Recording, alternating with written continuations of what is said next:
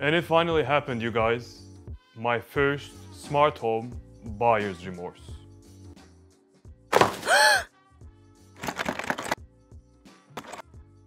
Hello and welcome to the channel, everyone. Today we're talking about the Philips Hue Gradient Light Strip for television.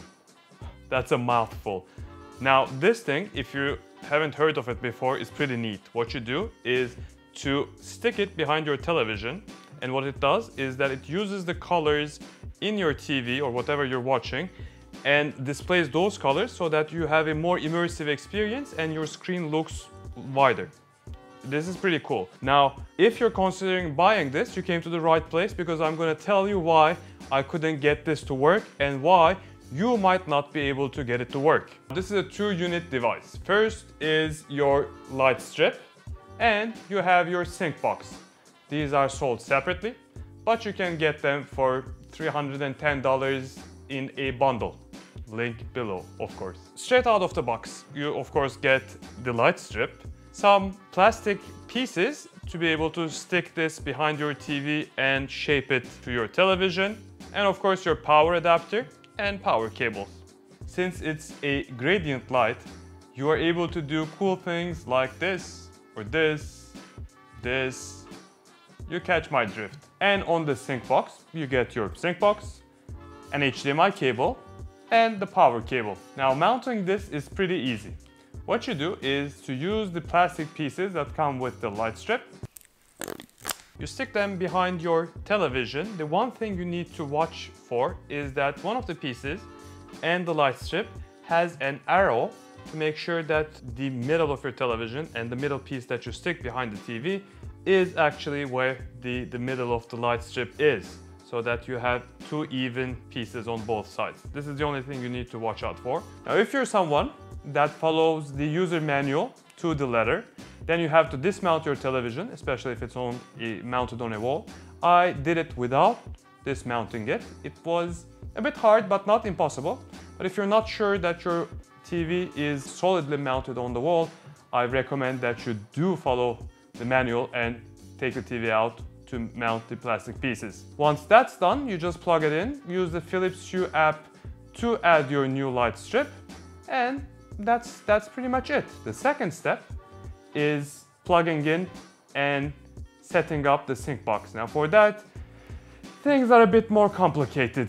What the sync box does is to take all the data on your screen and use it to control the colors on your gradient.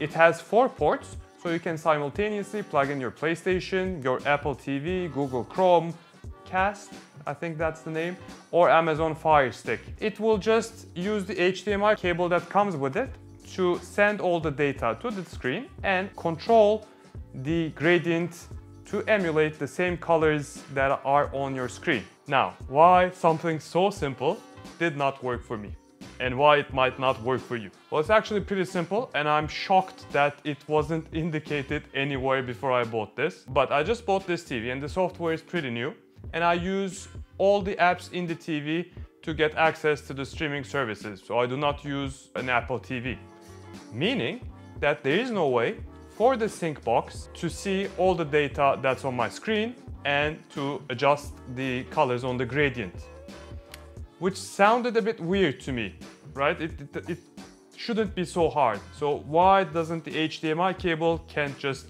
tell the sync box the colors on the TV and, adjust the gradient lights? The HDMI ports on the device are all HDMI ports in. HDMI ports on almost all consumer televisions are HDMI ports in.